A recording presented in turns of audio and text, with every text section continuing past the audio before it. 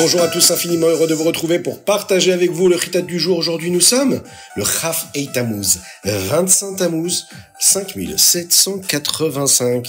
Nous sommes dans la parashat Matot Masé, nous sommes le Yom Sheni, le lundi de cette magnifique semaine que nous allons vivre ensemble à travers les enseignements du chitat.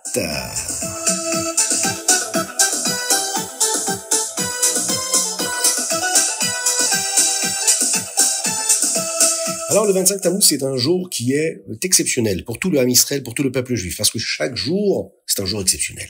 Mais en particulier aujourd'hui, pour notre dédicace spéciale. En l'honneur de l'anniversaire de Chaya Mouchka Belaïch, qui aujourd'hui célèbre ses 9 ans, on lui souhaite un très très grand Mazal Tov de la part de son papa et de sa maman.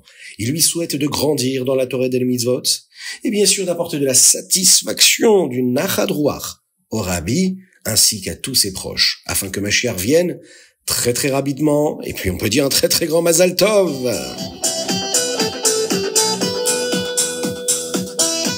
Et nous passons tout de suite au Chumash, Parashat Matot Masé. Dans le Chumash aujourd'hui, nous apprenons ce qui s'est passé après la guerre contre Midian. Moshe Rabbeinu est en colère contre les Béné Israël. Eh oui, ça arrive. Comme nous l'avons appris, les Béné Israël ont fait la guerre contre Midian comme Hachem leur avait dit de le faire. Midian méritait cette guerre parce qu'il avait incité de nombreux juifs à commettre des avérotes. Et malheureusement, à cause de cela, beaucoup de juifs ont perdu la vie. En raison de la nature de cette guerre, il a été dit aux Béné Israël de ne rien prendre des Midianim. Les soldats ont écouté, mais certains juifs ont essayé de prendre des choses. Alors Moshe, Elazar et les Nessim, c'est-à-dire les princes, les chefs de tribu, sont venus à leur rencontre. Moshe Rabbeinu a vu que ces Béné Israël n'avaient pas terminé la guerre. Ils n'avaient pas combattu les hommes comme on leur avait dit. On leur avait dit de le faire et de ne même pas laisser vivants les femmes. Les femmes, elles, étaient les principales personnes qui avaient incité les Juifs à commettre les avérotes. Moshe leur demande donc de terminer ce travail, de faire cette guerre-là jusqu'au bout, comme Dieu l'avait demandé. Un autre sujet qui est abordé dans le Chumash du jour, c'est les lois qui concernent la pureté, ainsi que les lois qui concernent la cacheroute. Moshe Rabbeinu dit Béné Israël, qui était téméim, c'est-à-dire qui était impur, d'utiliser la para adouma, la vache rousse, pour redevenir pur, redevenir tahor. Mais il était toujours contrarié par ce qui s'était passé. Les chachamim, nos sages, nous enseignent que lorsque quelqu'un est contrarié, cela peut lui faire oublier ce qu'il apprend. Et Moshe Rabbeinu a oublié la loi juive, la halacha, et il en a appris que, puisque la para adouma pouvait rendre les éléments purs qui avaient été touchés par un cadavre, elle pourrait aussi rendre cachère des éléments qui n'avaient pas été cachérisés, par exemple. Alors, Elazar, le Kohen Gadol, a revu les lois, les halachot avec les Béné Israël, et il a pu constater que la para adouma peut rendre une personne pure, ainsi que tout ce qui a été touché par cette personne ou se trouver dans la même maison d'un cadavre. Moshe pensait que la halacha pouvait être la même concernant des ustensiles qui devaient être cachérisés, et il pensait qu'avec la para adouma, il n'y avait pas donc besoin de cachériser ces ustensiles-là qui n'avaient appartenu qu'à des non-juifs. Alors Elazar le Kohen Gadol a revu les lois avec les Béné Israël, à savoir que la para adouma peut rendre une personne pure, ainsi que tout ce qui a été touché par cette personne-là ou qui se trouvait dans la même maison que ce cadavre.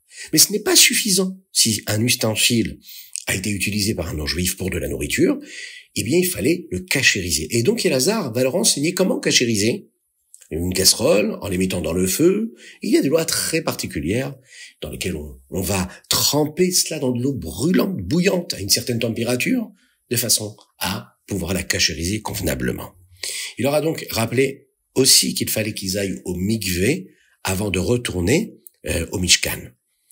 Aller au mikvé, c'est pour se purifier, et juste après cela, on va parler du partage du bitin. Alors qu'Akadosh Baruch Hu a dit à Moshe que tout ce que les soldats avaient rapporté de Midian devait être partagé, tous les animaux et les personnes devaient être partagés.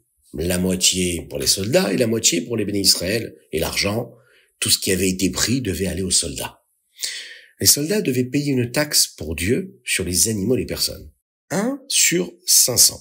Moshe a donné cette taxe qui s'est avérée être 675 moutons, 72 vaches, 61 ânes, et puis 32 personnes. Ça, c'était pour Elazar, comme Hachem l'avait dit à Moshe. Mais Israël devait également payer une taxe sur ce qu'ils avaient obtenu, 1 sur 50. Moshe a donné cette taxe aux Lévi'im. Après cela, les officiers responsables des soldats sont venus voir Moshe. Ils voulaient faire un cadeau à Hachem pour le remercier, Akadosh Baruch Hu, qu'aucun des soldats juifs n'ait été tué pendant cette guerre, mais aussi comme une capara pour toutes les pensées qu'ils avaient eues d'épouser les femmes de Midian. Ils ont offert tous les bijoux en or pour femmes qu'ils avaient obtenus de Midian.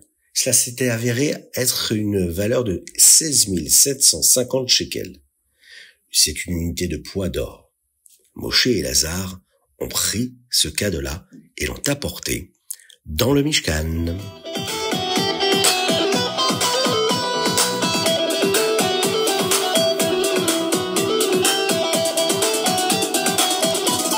Et nous passons au Tehillim du jour. Aujourd'hui, nous lisons le Tehillim Kuf Yutet, le 119, la première partie de ce chapitre. Et si on regarde le dernier verset du Tehillim du jour, qui commence par Lamed, Lechol Tichlarei Tiketz, Rechava Mitzvatecha Meod, nous dit ce chapitre-là, à travers ce verset. J'ai vu une fin à chaque but, mais tout commandement est très large. C'est ce que nous dit David Amelech. Le Rabbi Rachab, le Rabbi Shalom Dovber, explique ce verset selon la Chassidut, dans son célèbre Hemsher, Tav, Resh, Samer, Vav. En fait, c'est une série de discours de Mahamarim qui ont été prononcés par le Rabbi Rachab, par le Rabbi Shalom Dovber. Et en réalité, on peut trouver un lien entre chaque Mahamar. C'est pour cette raison qu'on appelle ça un Hemsher. Ça nous aide à très bien comprendre un sujet, et du début jusqu'à la fin. D'ailleurs, ce livre-là contient 61 Mahamarim qui expliquent la raison pour laquelle Hachem a créé le monde et comment le service divin de chaque juif remplit ce but. Il existe de nombreux mefarshim, des commentateurs sur ce verset-là, et les Mahamarim, Samervav, les expliquent selon la Chassidut. Les Chol Tichla, c'est comme les mots Klot Anefesh, c'est-à-dire que l'âme, la Neshama, elle éprouve un fort désir de se rapprocher d'Akadosh Baruch Hu, un désir brûlant, ardent. Même s'il est important de ressentir cela afin que nous fassions les mitzvot correctement, ce n'est encore qu'un sentiment. Et tout sentiment qu'une personne peut avoir peut être mesuré. Il peut être remplacé par un autre sentiment. Par contre, la deuxième partie de ce verset qui dit « Rechava mitzvatecha meod », elle nous rappelle l'importance d'une mitzvah.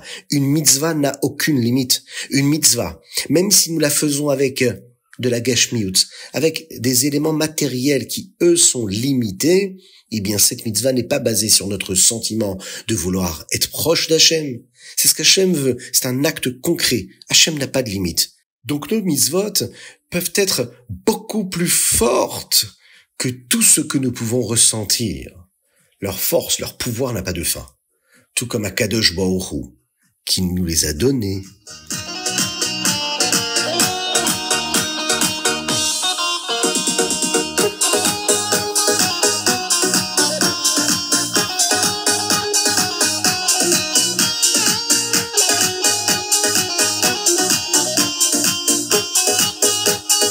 Et nous passons notre Tanya du jour, Igeret HaTshuva Perek-Tet. Après que le Admour HaZaken nous ait expliqué la mitzvah de la Tshuva, et comment elle fonctionne selon la Chassidut, nous apprenons comment faire de notre Tshuva une Tshuva qui soit durable. Le Rabbi Shneur Zalman nous dit que nous devons penser à deux choses. La Rachmanut, c'est-à-dire la compassion envers notre Neshama, notre âme, et ce qui se passe quand quelqu'un commet une Avera. Après qu'une personne ait fait cela, ces Avérotes sont dissipées, comme un vent dissipe les nuages. Et elle est prête pour le niveau suivant de sa tchouva, qui est appelée la tchouva ilaha. Nous en avons parlé hier, c'est-à-dire la teshuva supérieure. Ce qui signifie qu'un juif aime Hachem tellement, il veut être proche de Dieu, et il a beaucoup de vitalité divine pour faire ce qu'Hachem veut. Nous avons dit auparavant que chaque mitzvah est considéré comme un brin de corde, qui nous relie à Hachem. Si chas v'shalom, que Dieu nous en préserve, un petit brin est coupé par une avéra, alors il doit être renoué. Et quand on fait un nœud dans une corde, ça rend cette partie extra forte. C'est-à-dire que le fait de faire un nœud quand ça a été coupé, et qu'on fait un double nœud par exemple, c'est ce qu'on appelle la tchouva, alors le nœud est composé de double et triple couches de brins. Et lorsque nous faisons tchouva ilaha, nous devons nous assurer que notre connexion à Hachem est maintenant extra forte. Par exemple, si quelqu'un commet une erreur en mangeant quelque chose qu'il ne devait pas manger, il doit maintenant être beaucoup plus prudent qu'avant lorsqu'il est confronté à la même situation. Il y a 3 façons pour un juif de servir Dieu. La Torah, la Avoda et les Gmilut Chasadim. La Torah, c'est l'étude de la Torah. La Avoda, c'est le service divin, la Tfila, la prière, mais aussi le travail sur soi. Et Gmilut Chasadim, c'est agir avec bonté, avec grâce. Rabbi Shimon Zalman ici nous parle de la Torah et de la Gmilut Chasadim, car c'est ainsi qu'Hachem se connecte à chacun d'entre nous. Et demain, Imertse Hachem, avec l'aide d'Hachem, nous en apprendrons davantage sur la Tfila, sur la prière, qui nous permet de nous attacher à Akadosh Baruch Hu et de nous rapprocher de lui le plus possible.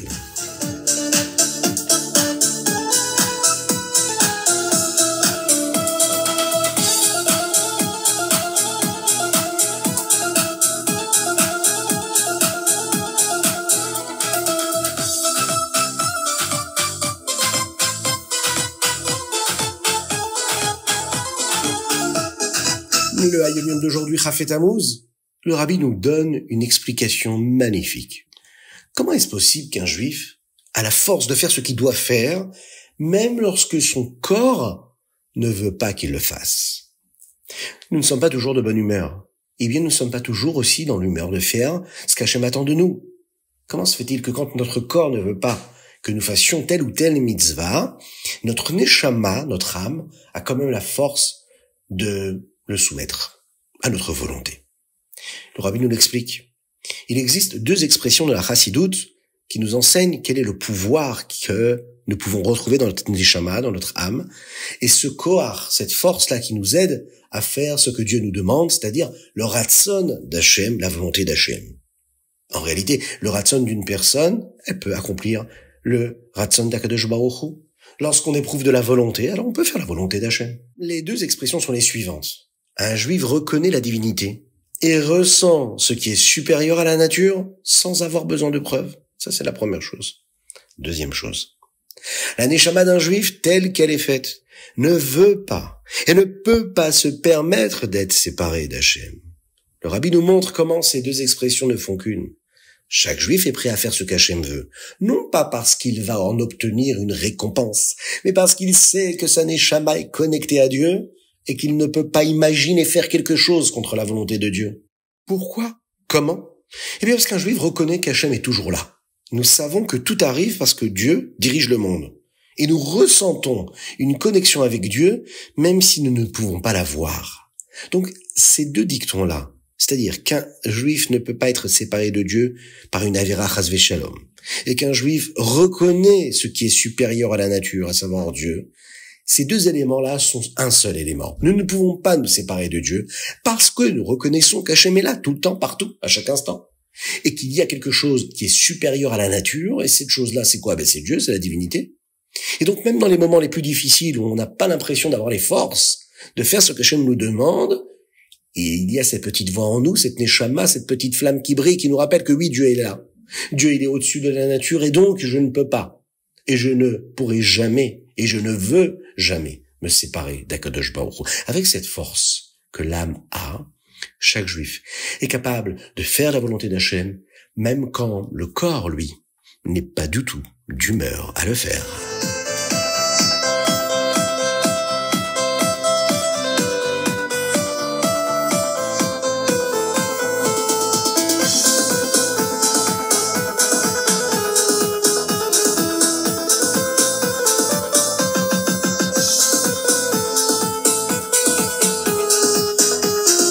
Et nous terminons par le Rambam du jour. Aujourd'hui, nous sommes dans les Ilchot Bikurim, mais également Shemitah Veyovel. Dans le 12e chapitre, nous apprenons la mitzvah de Peter Hamor, le rachat d'un âne premier-né.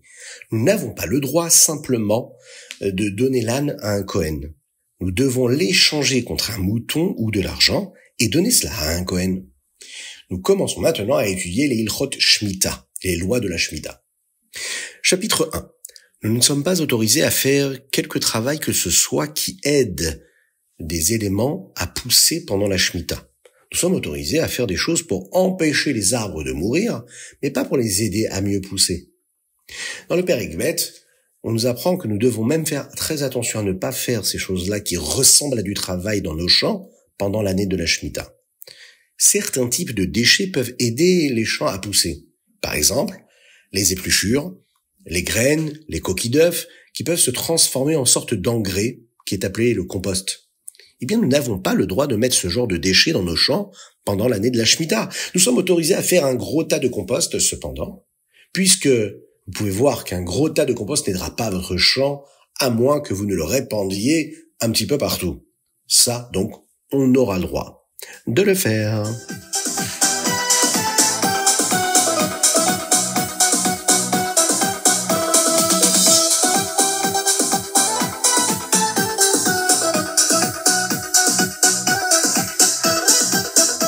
Et voilà, c'était le Chita du jour. J'espère que vous avez passé un bon moment. Partagez-le avec vos amis et vous serez bénis par toutes les bénédictions du Rabbi de Lubavitch concernant l'étude du Chitat. Soyez bénis pour cela. Et d'ailleurs, vous avez la possibilité de participer, de vous associer à la diffusion du Chitat. Comment? Eh bien, tout simplement en prenant cet abonnement. 86 centimes d'euros par jour. Il suffit de cliquer sur le lien que nous allons vous envoyer et sachez qu'en vous abonnant, vous prenez part à ce tirage au sort, le Goral, que nous allons mettre en place très très rapidement dans les jours qui arrivent pour obtenir et gagner un billet d'avion pour aller chez le Rabbi pour les fêtes de Tishri.